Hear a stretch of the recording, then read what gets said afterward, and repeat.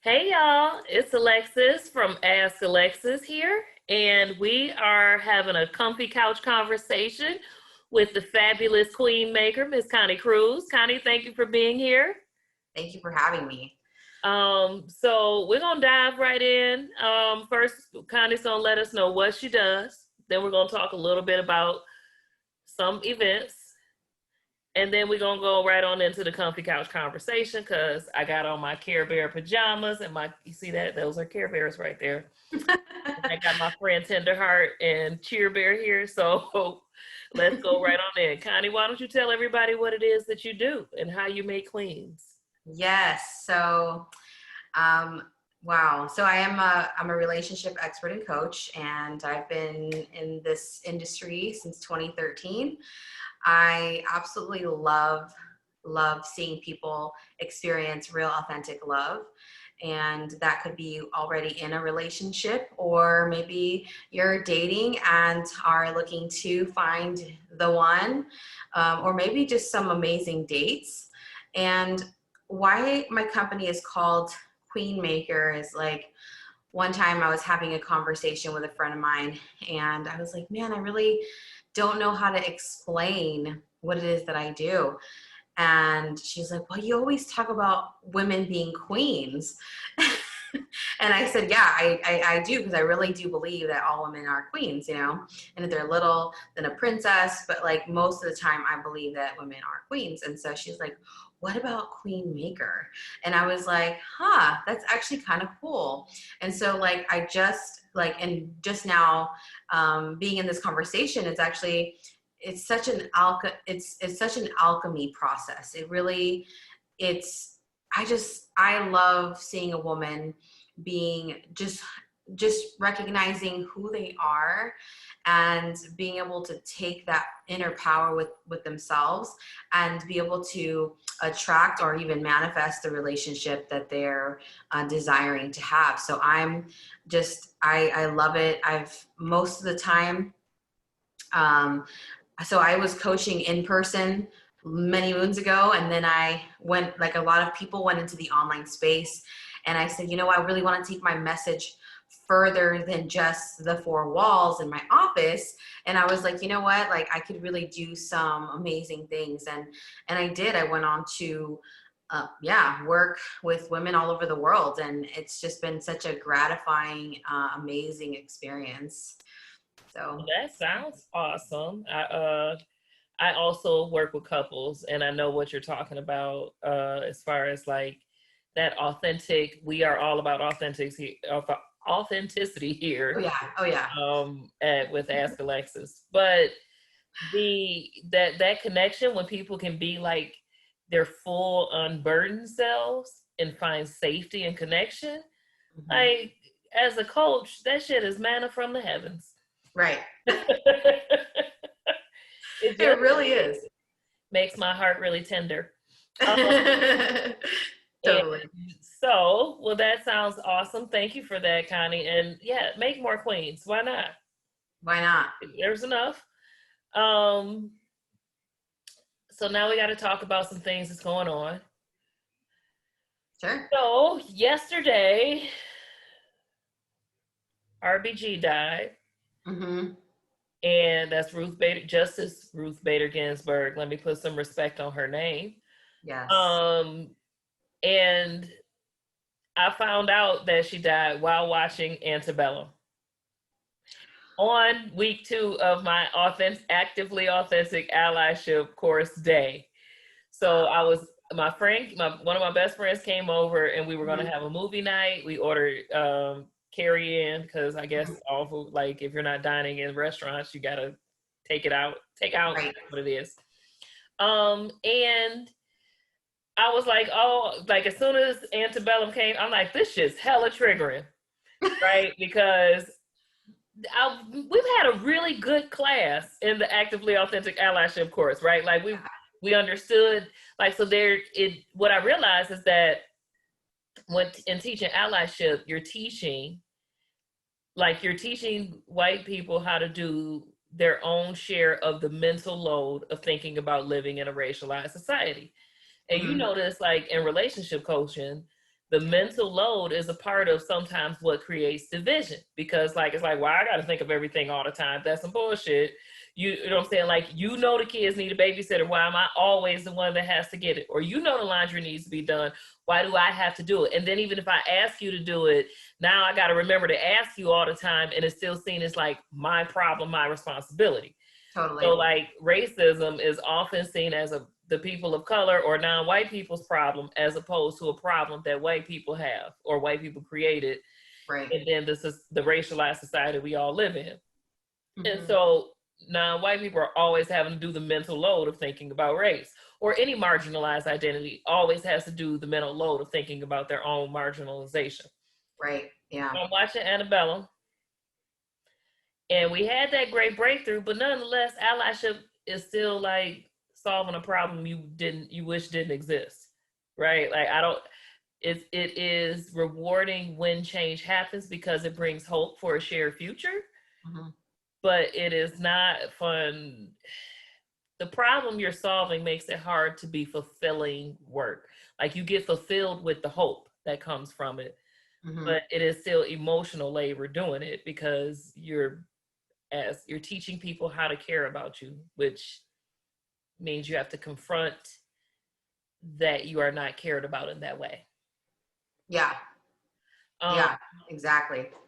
And then I found out RBG died, and I don't trust the president, the current president, or his administration.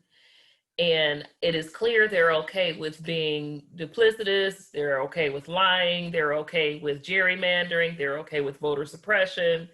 The tactics that they're using are not even new tactics, and yet it is still the same. Like, it's still working, right? Law and order is not a new slogan. Law and order has been around since the 60s.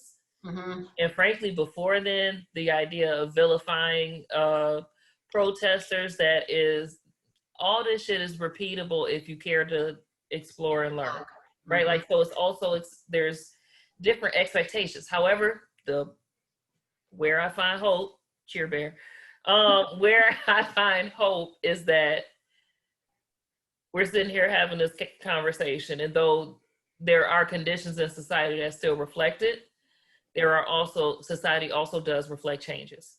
Yeah. And then she died. I found out. I was very, very sad. Yeah. And I cried. Mm-hmm. And I cried like I cried when the current president was elected, because it just makes you feel so undervalued in society. Mm-hmm. Mm-hmm. He's doing a terrible job with the pandemic. He doesn't, anyway, that's not a bash the president session. Right. But I know, and that's not a comfy couch conversation, but I know that you wanted to talk about the virus, and the coronavirus, and some stuff that happened with you yesterday. So let's talk about that. Yeah. So I feel like we're kind of in what I call the squishy part, and that's like in between, like, are we out of the woods yet? Where are we? I feel like we're getting ready to get out there. We are grumpy. Right. We're getting ready to get out there. We're getting ready to explore what's going to be next. And interestingly enough, yesterday I was and I haven't watched the news in like over 10 years. So I cut cable off like a decade ago, and actually my new place here in San Diego, there's cable on my TV, and I saw the news like as soon as I turned it on, and I was like, they were saying that like we might drop a level in the county of San Diego because there was an outbreak at San Diego State University, which is just 5 minutes from where I'm at, and it would probably trigger a lowering of levels, which would mean shutting down businesses again, and so on and so forth. And so it gave me an opportunity to think about like, what if these things do happen? And so one of the things that I realized is that, of course, many of us weren't prepared for when the first situation happened, or maybe we thought that it was going to be a short little, glimpse. and it ended up being a long-term thing. And so what I really want to say is that, like, from what's been going on and what's happening, like, I want to be a little bit more on the prepared side, and not just on the physical level, but on the mental and spiritual level. There's a lot of self-care and soul care that's required, not just right now, but like, because we're living in such uncertain times, I believe that we all should take our own level of precaution, however that looks for you. And I had to have a sit down with myself yesterday that required me to say, like, what is it, what's going to make me feel good, what's going to make me happy. And that's why I was so happy that you brought your Care Bears, because, like, I was like, oh my gosh, like, this whole, yeah, that one's the one I had as a child, and, like, it's so funny, it brought so many good memories for me. And so I was, like, thinking about, like, what makes me happy. And so today I was like, I'm gonna go get stuff to decorate my place, and I bought my plant, like my first plant. So now I'm a plant mom.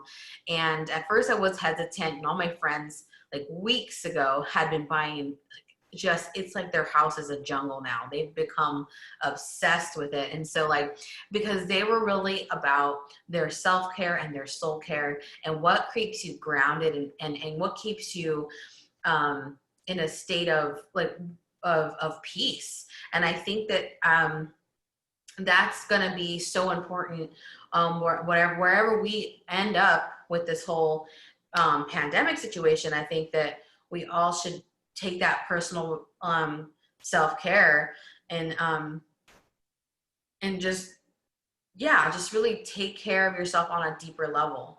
And so one of my best girlfriends went on her Facebook group. She's got a big audience. And she was talking about, yeah, like, what it's going to look like, and what does it look like to prepare. And I was like, at first I was like, is this to scare me? Is this, is this, like, more news? And then I just sat with it, and I was like, it gets to be what I view it as how I perceive it. And I'm just on the train of, I'm on the feel good train. Like, for me, I'm all about what makes me feel positive, what makes me happy. And so I would encourage everyone to do the same, to find that balance within yourself.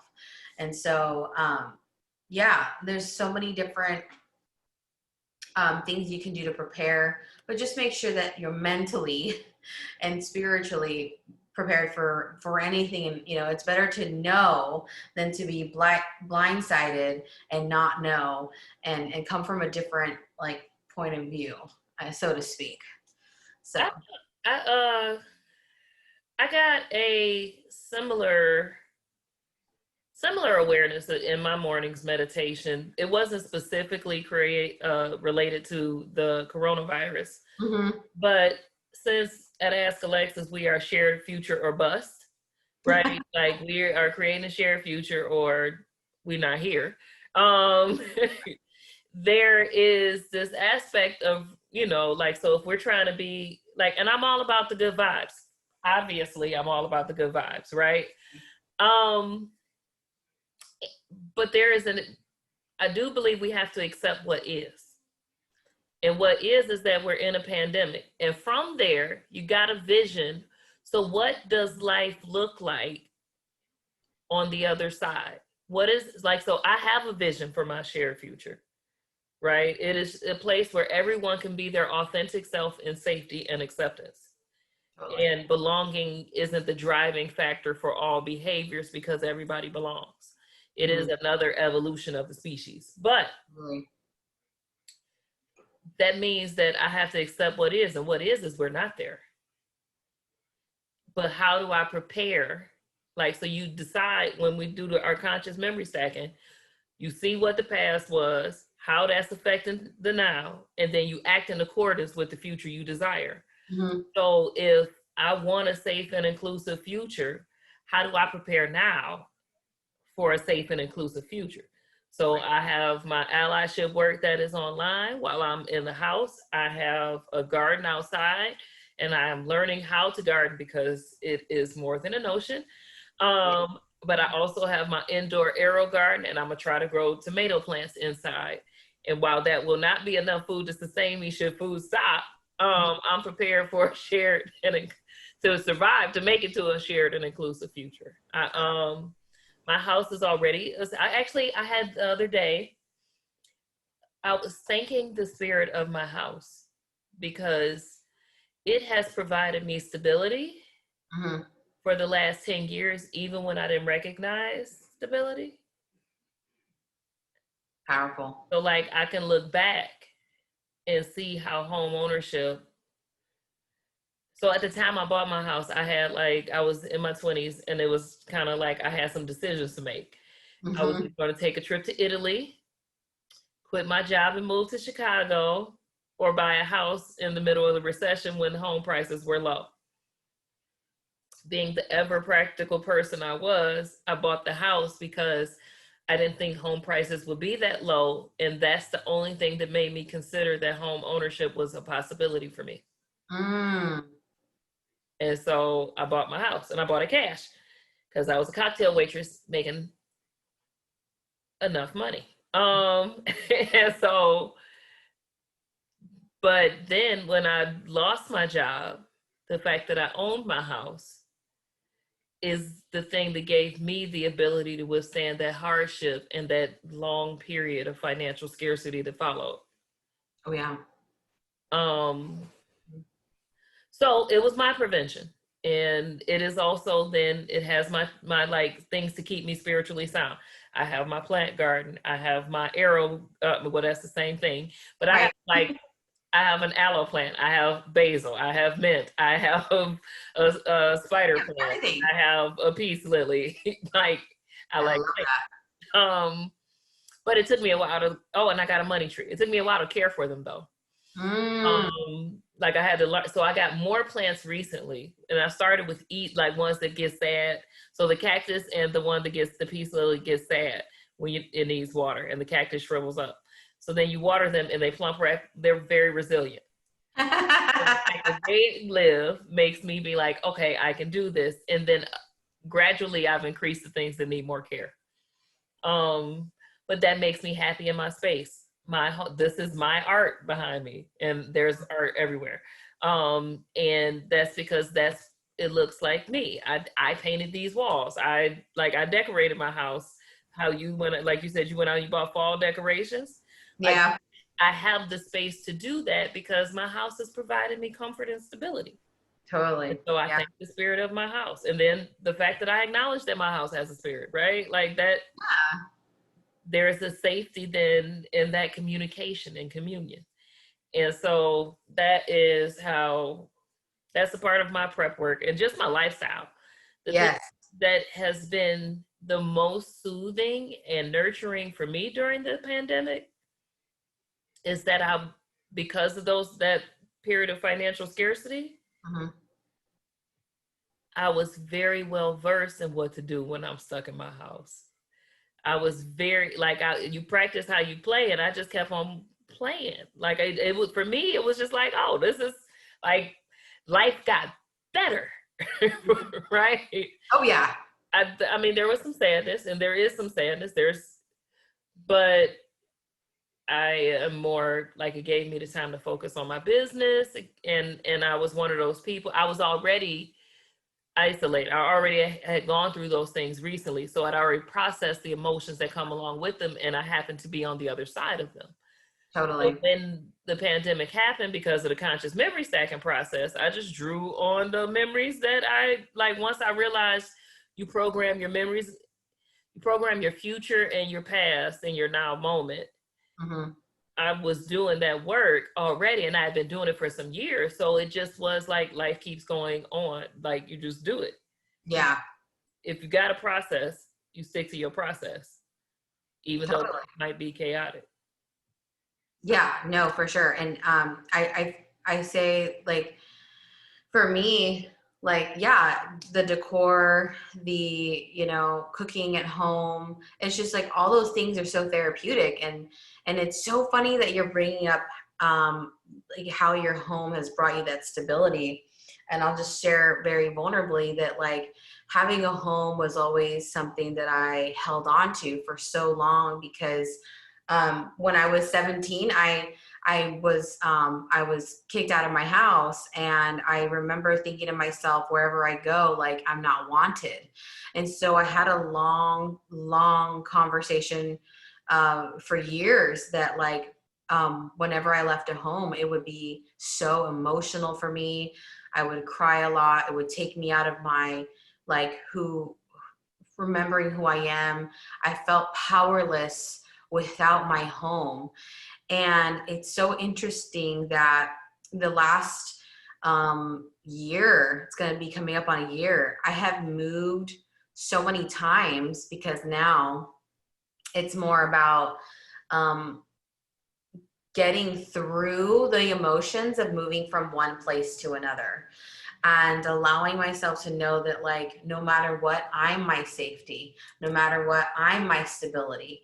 No matter what, I am not looking for outside sources to be my, like that there's always more than enough, and there's always a way through the, you know, whatever, you know. And I've been doing Airbnb. A lot of people don't know this, but you can do long-term Airbnbs.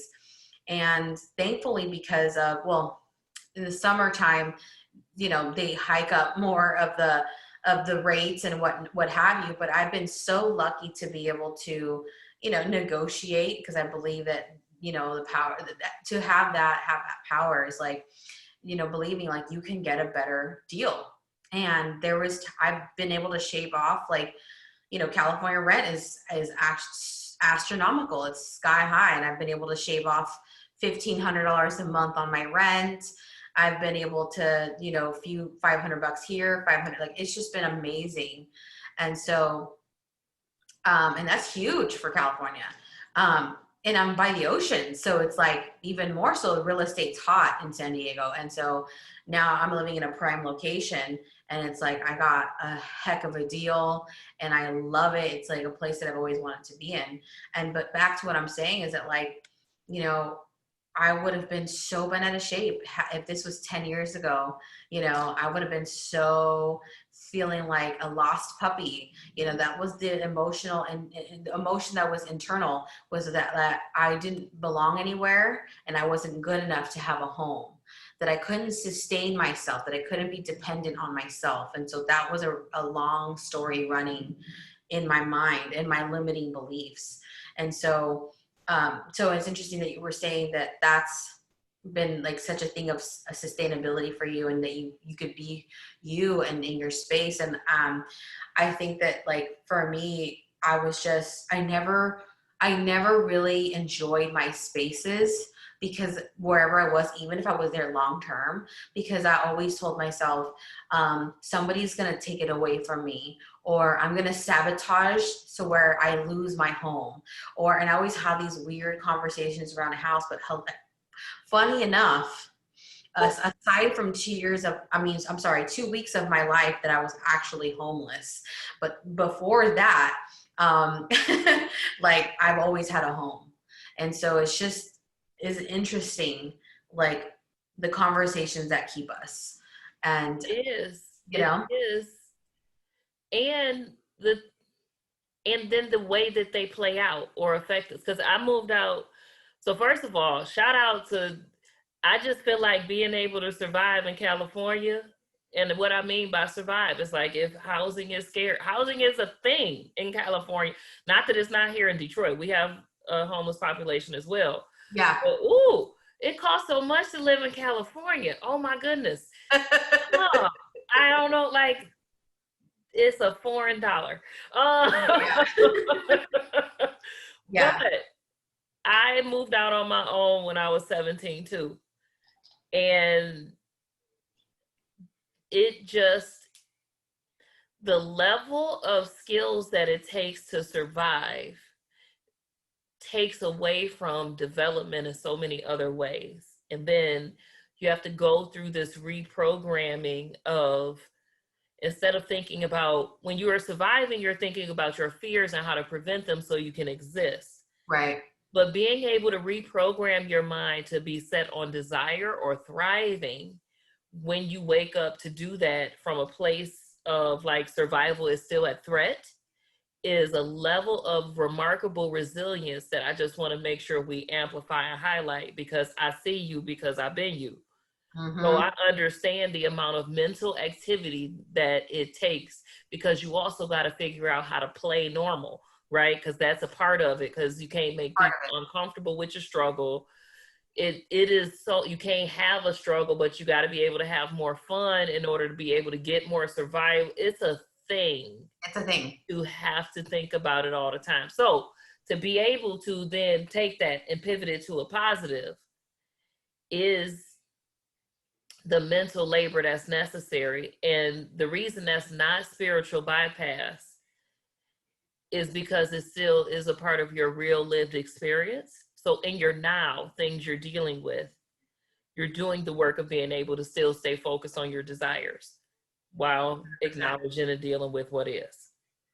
Yeah, and it feels so good to knowing that the work has been working, because from all the moving, so I could stay anywhere between 1 and 4 months in one location doing the Airbnb, and like to know that I don't have that fear in my heart or in my spirit any longer. It's just like I feel like I'm just thriving, and so that feels amazing. And frankly, you just sold out your one course, right? Like, so I would say that there's some thriving going on. Yeah. And there are people who choose to live a nomad lifestyle. They sell all their earthly belongings and choose to do that for the richness of experience. So it's all about what mentality can you bring to where you are right now in order to be able to program the future you want to have. Mm-hmm. Like that's the choices we got to make. Now that comes in all kind of angles, and if you got different layers of oppression on top of you, the amount of mental energy that it takes to be able to stay focused on desire is greater. Mm-hmm. But the process does still play out in your existence. Some, there is there's the it still plays, it still adds to the collective consciousness, but Yeah, that the collective still is what reflects back to us. absolutely. Yeah. No, Um, yeah. so let's get to talking relationship coach, like, to relationship coach. What would you say is like the quirkiest thing about that for you, or uh something people wouldn't think about you Mm-hmm. that, is in contrast to being a relationship coach? I don't know if that was a good question. Was that clear? Yeah, that was good. Okay. The contrast one's a little tricky for me, but I'll try to answer the best way I can. But so what's funny and what's quirky is that that dating as a relationship coach is hilarious, because a lot of people, or whenever I'm dating, they're a little self-conscious, or they're checking themselves. They're constantly saying things like, I don't know if that's appropriate to say, and so they're kind of like really, it's like going to court, you know what I'm saying? Like just trying to be, like, Your Honor, absolutely, I'm an angel. And it's like, it's hilarious. Yeah. So how does your own humanity play out in relationship? Like, so the fact that people expect you, like, oh, because you know the rules, now you got to be perfect at them all the time. How does that Right. play out? Well, I always, whenever I'm dating somebody, and I'm dating somebody right now, what's so present is that, like, I go, I'm just like everybody else, and I have emotions, and I have my breakdowns and my breakthroughs, and I say that no one is safe. Like, no one is safe from the waves of emotion. And so, you know what I'm saying? And so that's as real as it can get. And I constantly get this, like, people are in my DMs all the time, like, you're the love guru. And I'm like, no, I'm not. I'm just a human being. I'm just a cosmic being having a human experience. And I'm not safe from things going on in my life as well. And so I think it's hilarious that people want to hold this humongous standard with me, and I do, in a way, it helps me, I want to say, because like it keeps people on their toes. Let's just say that. But and some other people that don't really care, they're just like, that's cool, that's what you do. But it's a hit or miss. It depends on the person. Let me ask you this. Do people hold you more accountable? Um, Interesting. No, not in the relationship. That we're gonna have to talk mindsets about, because It's more friends that are holding me to a high standard, not my relation or my could be relationship situations. So, okay, that makes sense. I see the difference there. Yeah. I feel like my friends be expecting me to be like superhuman, transform, like super transform person all the time. And let me make a mistake. It's the end of the world. right, I do not give room for I'm working on that. I didn't right. used to give room for my humanity. And now that I have different boundaries, I just make the room. I'm human. Yes. And it's funny because I have to constantly remind my friends all the time, like, hey, I'm still human. Like, I already sent that text out. What am I getting? It's like, and there's even times too where I'm like needing a second opinion. And I'm like, you know what? How was this text? How was this email? How was this, and I'm checking because they're my circle, they're my friends. And so like, even as a relationship coach, I mean, we don't have all the answers all the time. Sometimes we're in it. And when we're in the jar, we can't see the label. And so sometimes we need that outer support. Again, it's a constant thing. And to say that we're perfect is just like, it can be further from the truth. And I'm sure you, They don't be, of course, they don't say we perfect. They just expect you to always not be wrong. right. Right? Like, I get my turn at being wrong too, God damn it. Yeah. I make mistakes too. That's like my favorite line that I tell them. If I could do better, don't you think I would do better? After Right. all, I know the process worked, but clearly I am triggered. Totally. And it's so funny that there's no slack given None. for people who do this work. And I've noticed that across the board, and I hang out, and I'm sure you do too, but like I hang out with a lot of different coaches from all kinds of backgrounds. And it's funny that we are just held to a different standard. And it's just like, we're just not perfect, and we're far from it. Yeah, and so a part of the actively authentic way is not to judge other people or yourself, like to try not to form the judgment in the first place. So like we do mental activity training. Mm-hmm. It's not like, of course, I don't say it this way. It's like, hey, well, first I get my Moonbeam homework for them, like my downloads. But then there's the like, okay, in the dialogue, I've noticed that there needs to be practice in this skill. But a lot of the people that I work with are, they're very like head cerebral people. Mm-hmm. And those kind of people, you got to prove the logic of everything. And some Yes. stuff, as you know, is experiential. Totally. Because since it's experiential, it might be you have to do this homework because this homework gives that experience. And then we'll talk about the purpose for it afterwards. But if I tell you ahead of time, you're gonna be you're gonna fuck up the experience looking for Totally. it. Right? Like, and then you're gonna blame me. Right. But it is like, nah, I got all but yeah, but then Mm-hmm. nah, I forgot what I was saying. Oh well. Well, I want to just piggyback on that and say that like one of my mentors a long time ago had said to me, if you're in your head, you're dead. And I remember that like clockwork, because I am, there's this inside joke between me and my friends, and it's like we make fun of certain people because we're making fun of ourselves at the same time. And it's really like there's people who live on the inside, people who live in their head, and the people who live on the outside. They're always showing their emotions, they're out, and they're all over the place. And it's fun because you see that a lot of couples, like people is both of them. right? Exactly. And you see couples though, there's always one that's like always in their head, and there's one that's crazy and wild and fun. And if you notice that within couples, there's always that dynamic, the boring one and the fun one or something. But each person in the relationship brings their own version to the table, but on the outside it's like that one version that you see the most, or like that's more consistent. And so in saying that, like it's just so interesting. Like, even for me, like in relationships and my friendships, I'm like, I've done so many changes over the last year where I was considered somebody living on the inside all the time to like totally living on the outside.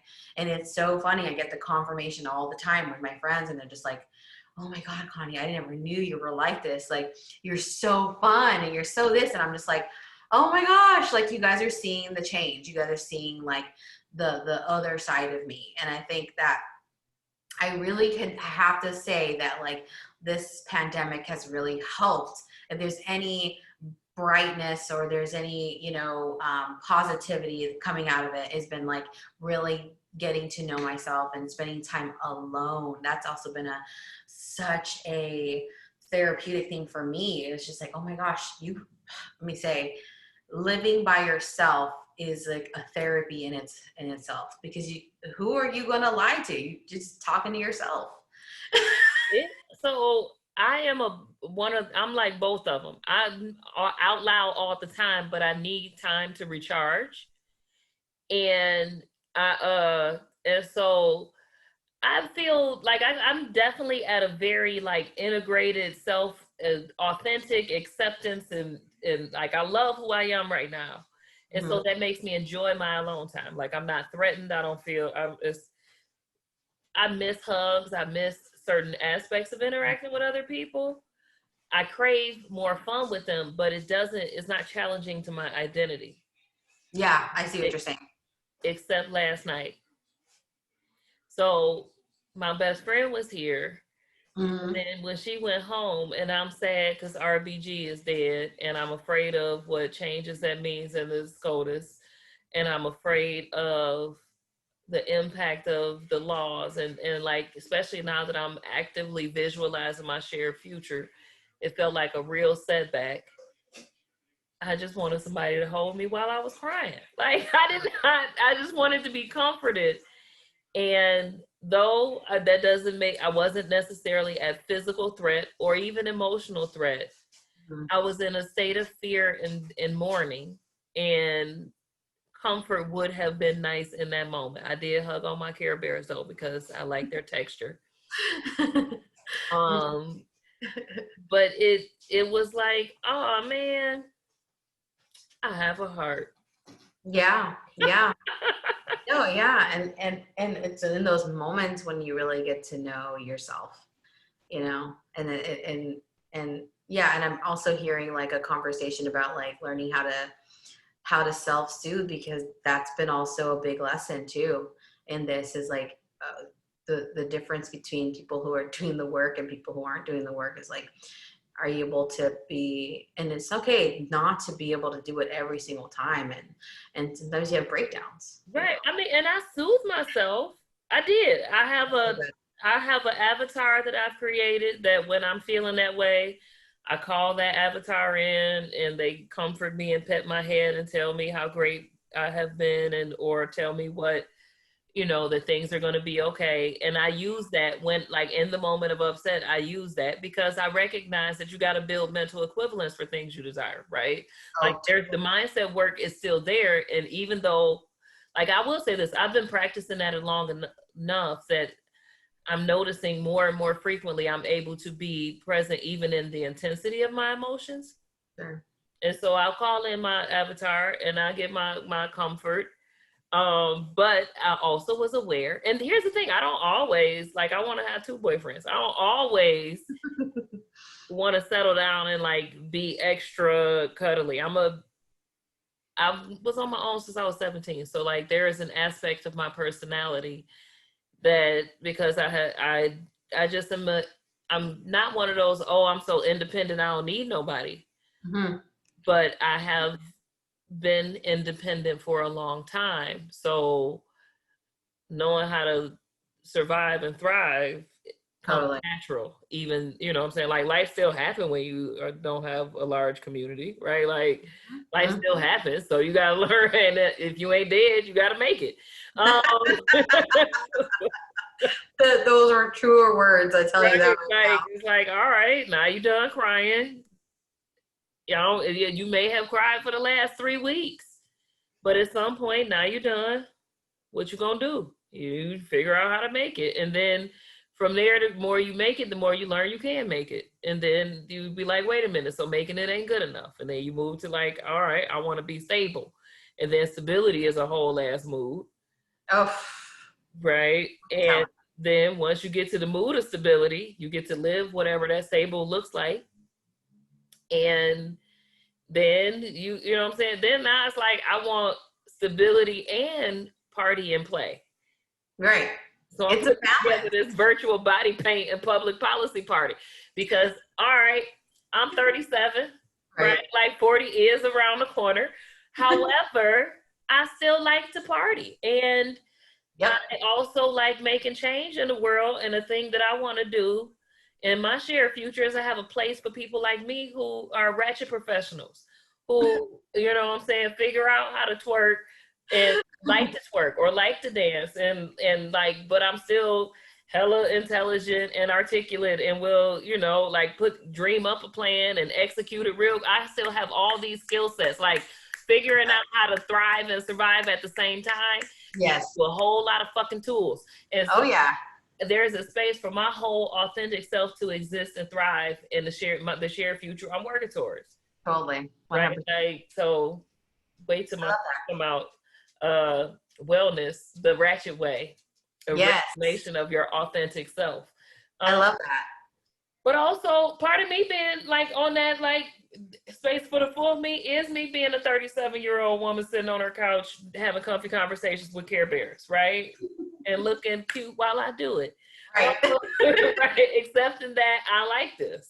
Yeah. And I want this is what I want. Yeah. I love that. And that for me as it relates to relationships is where though I desire two boyfriends. I want, and it's like a polyandry kind of way, right? Like I want us to be, we're a team, we're committed, and I just want to see what that's like, right? Like I'm not saying that has to be the only picture, but that is the desire I'm thinking about right now. That's amazing.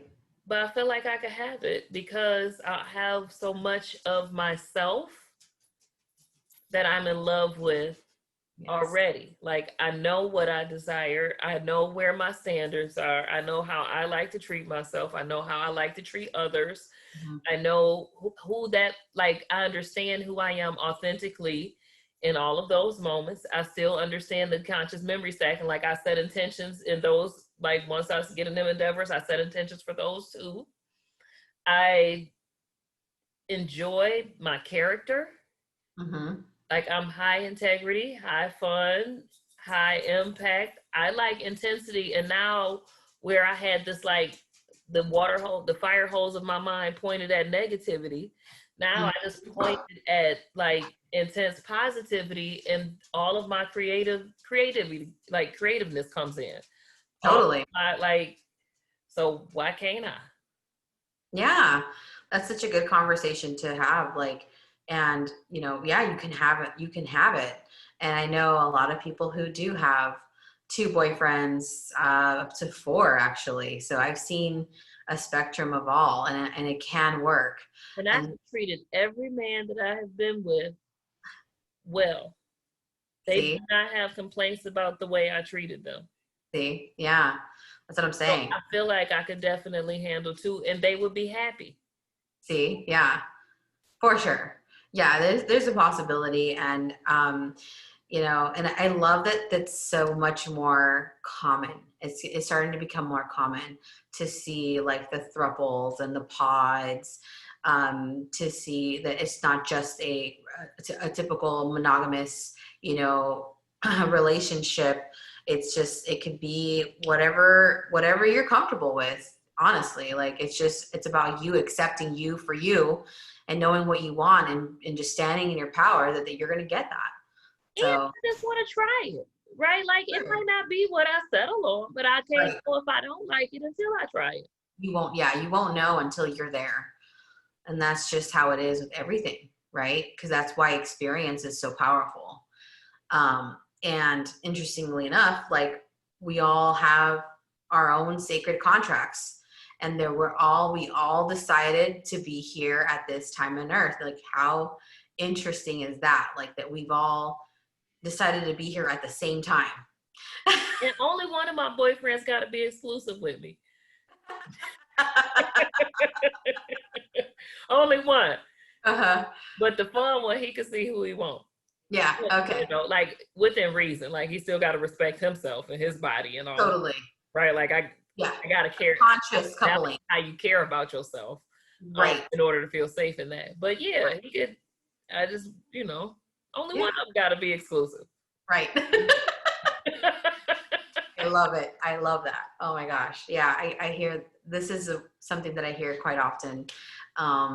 People coming up to me. I have actually next Tuesday, I'm going to be working with a throuple.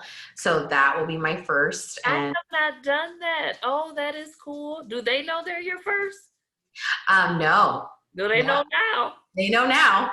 So, but we're going to test out the waters to see how we do. But like, oh my gosh, this is going to be so interesting. Like I want to see what I can do, because I know that there's going to be so many different dynamics, the relationships between each other, single, and then, you know, each and each. It's just a whole thing. I am curious because for me, I won't take them because I don't feel equipped enough. Like I haven't done as much research as I would like. Yeah.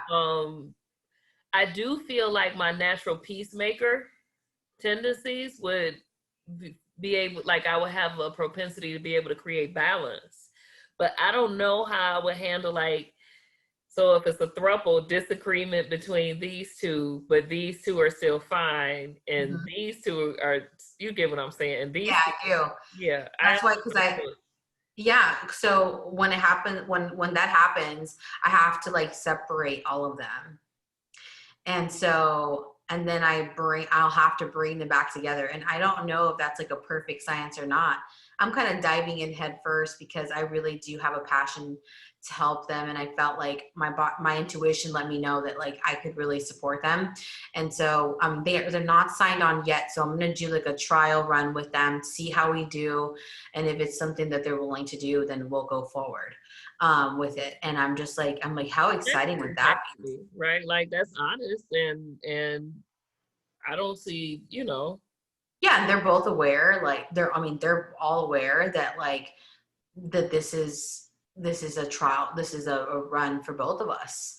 So you gotta see if you're a good fit. Because if you're not a good fit, then you're not getting what you need as a coach, and they're not getting what they need as clients. Exactly. And so that's why I was like very upfront about that. And so they're like, yeah, let's try it.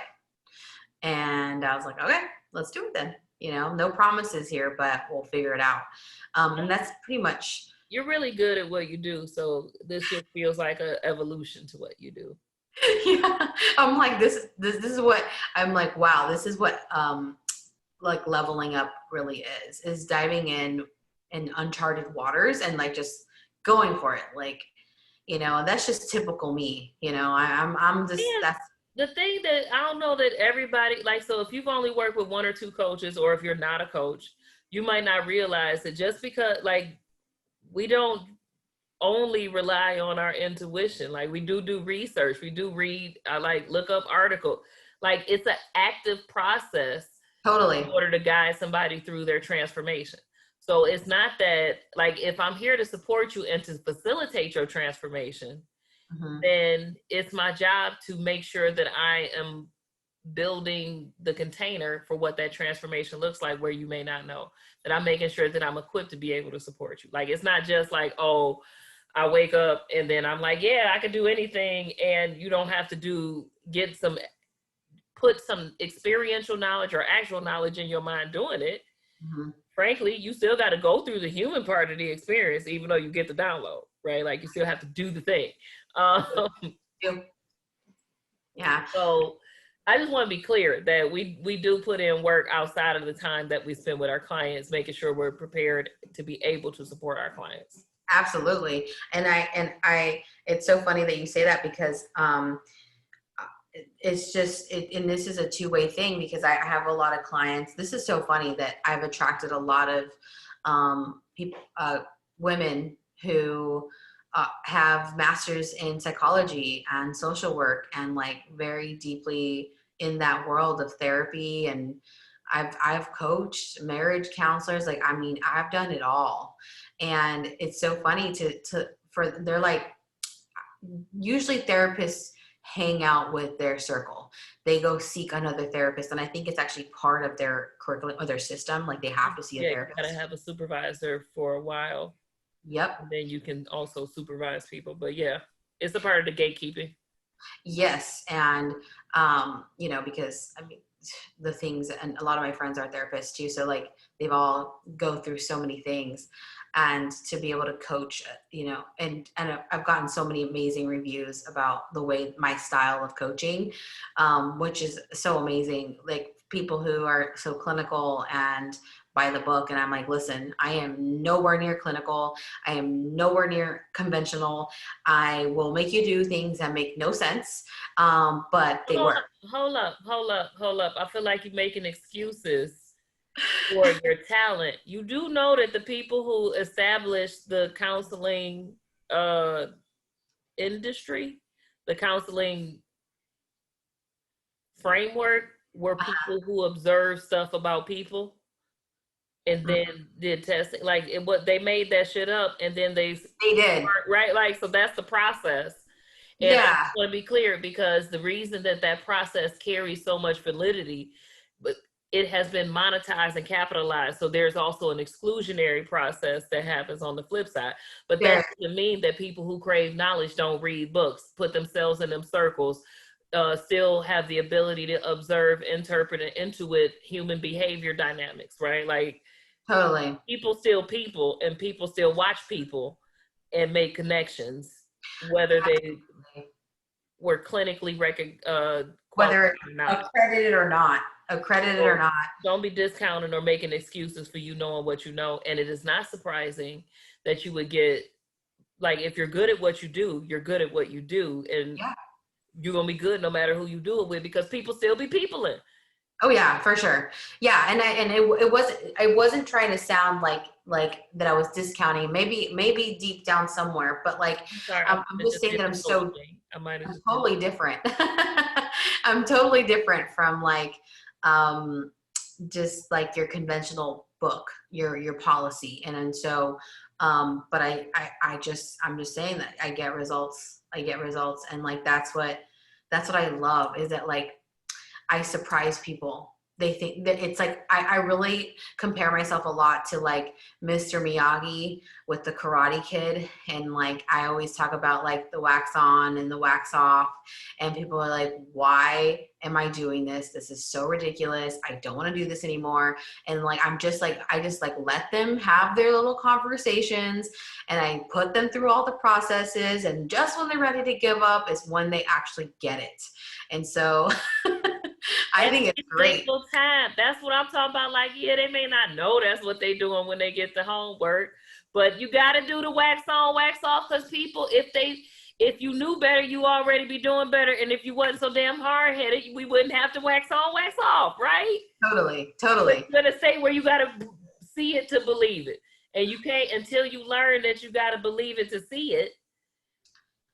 That's what you go to the coach for. Somebody that believes it before you see it. Totally. You see it. Yeah, and it's a part of the process of reprogramming, and people don't understand like how long that process can be. It can be short for people. It can be long term. It could be like, and I've had this happen to me where I had a coach a year ago. I didn't feel like I got anything out of it, and I was actually mad. And then a year later, I was like, oh my God, I get it. Oh my gosh, I get it. And like, it just took a whole year, like a whole ass year. I'm like, oh my God, like.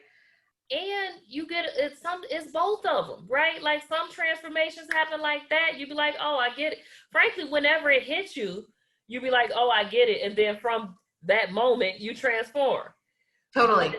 But yeah, people don't realize when they have the ones that are like, oh my gosh, out of nowhere, presumably out of nowhere, that they actually have been doing the work that it took to get it. It's just that now that you know it's a process, or you're seeing some, then all the boundaries and the things that happen when you learn new things come up and cloud the Yeah, process, right? That's why you go to the coach, because there is someone outside of you to see the process and hold you accountable. You know what I'm saying? Like, not accountable, but like to reflect back to you and keep you in clarity, totally.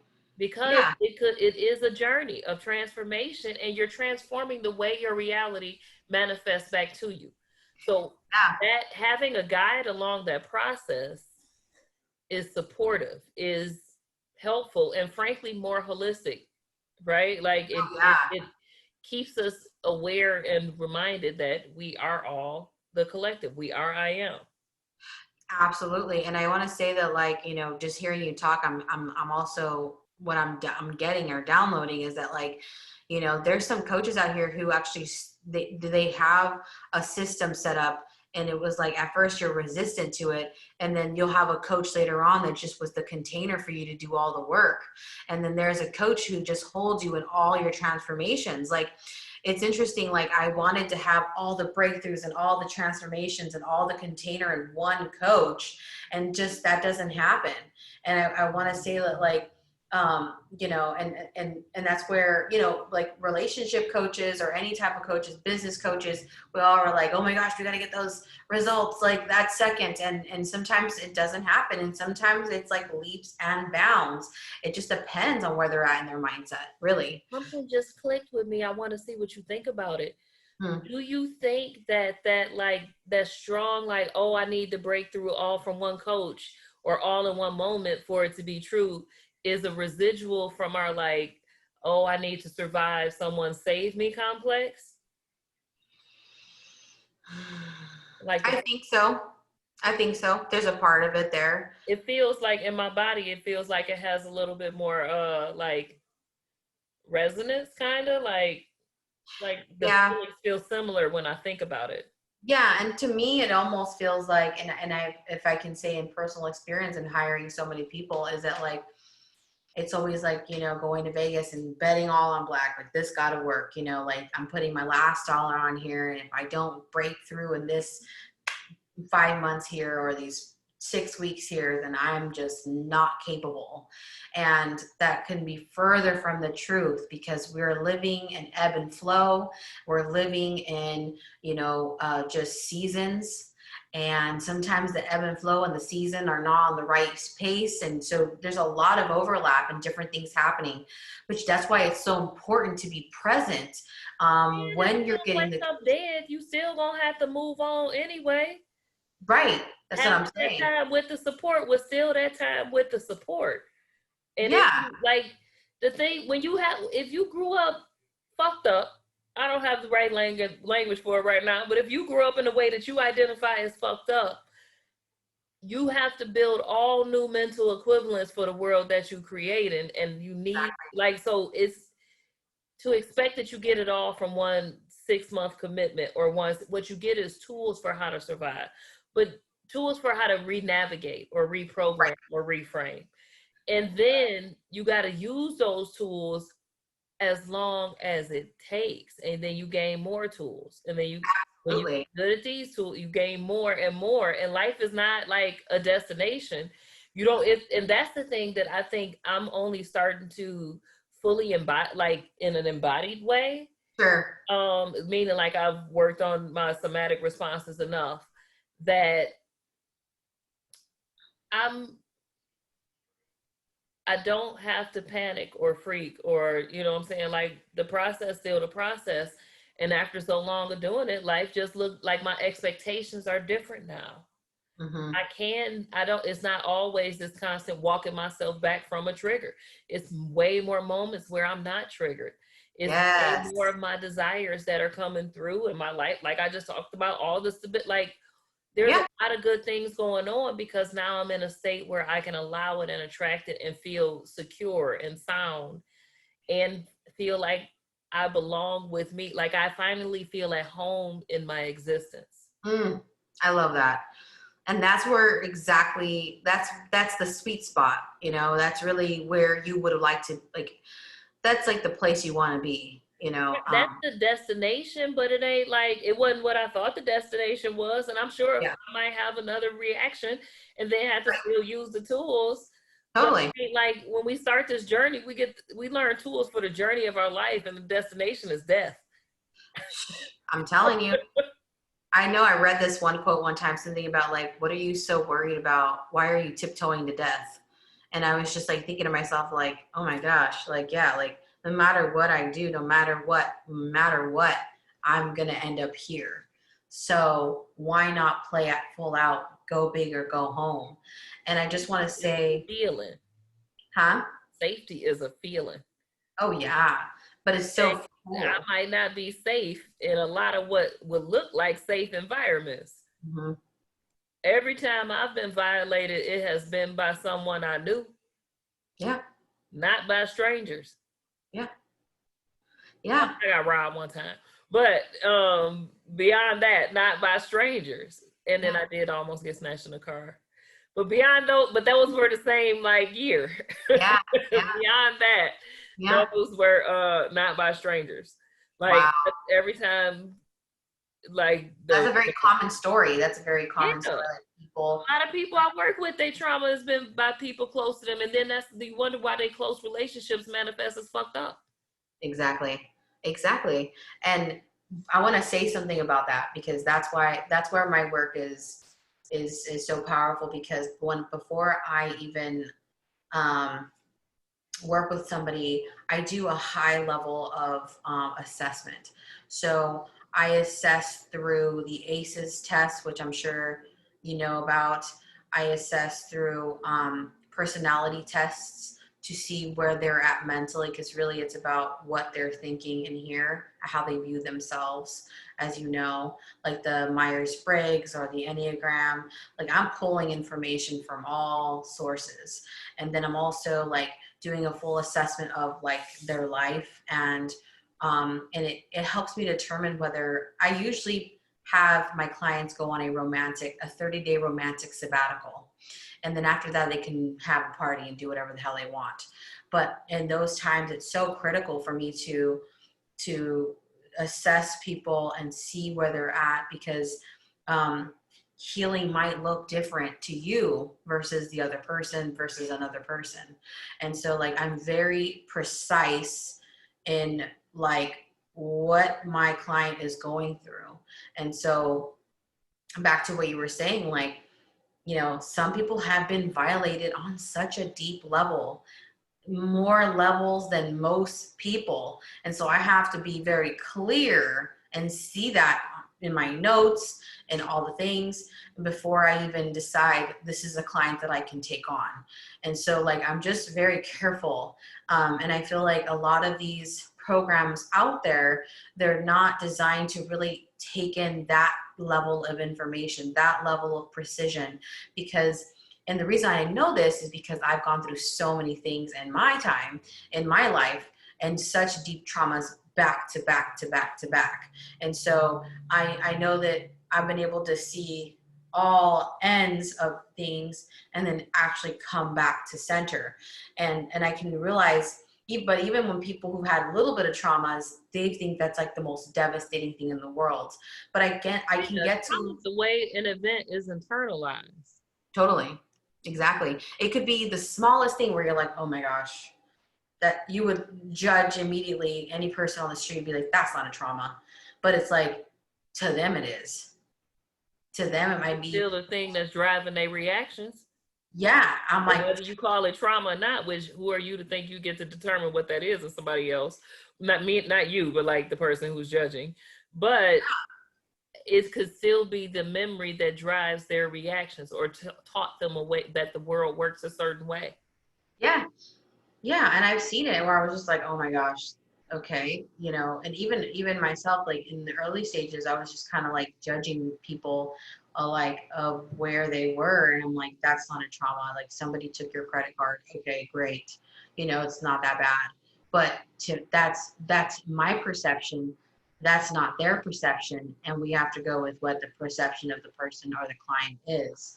And so you know, there's a lot of removing and being very objective as you know, in this work, because it's easy to jump in and go, well, I'm sure that it wasn't that bad, or it could be so easy to not just judge, but like not, Invalidate. huh? Invalidate. Invalidate somebody, yeah, and take away their thunder. And so you have to just really be sitting with that. But like I said, like and it takes a level of precision, not just like in listening and just from having the experiences, but But just most across people the don't board. realize listening is a skill, Don't right? I know? Like the ability to listen, especially in today's society, who Oh is, is expects stimuli all the time. yeah. Mm-hmm.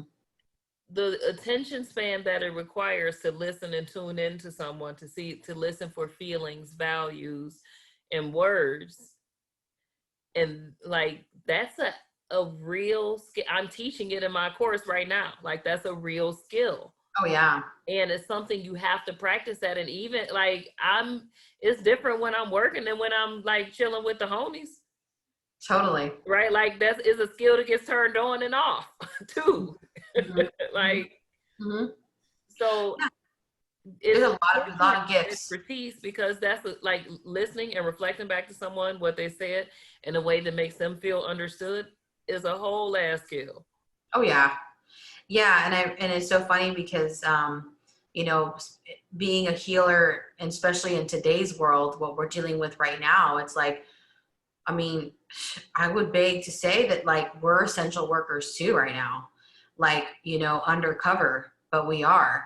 I think that more than ever we're needed, and not just in the relationship sector with people living in their houses and living with their spouses and spending working in the same space, living in the same space, sleeping in the same space. Like, there's not a whole lot of desire and there's more stability than desire these days. And so like I love to help couples or thruples or pods be able to have that ability and that flexibility within their relationships, and for people who are single to really develop the skills that they need. Now it takes more than ever. You need the skills to be able to date online, to be able to screen people better, to be able to find consistency in people's words and people's actions, even if they're, social distancing and dating. Like there's so many different things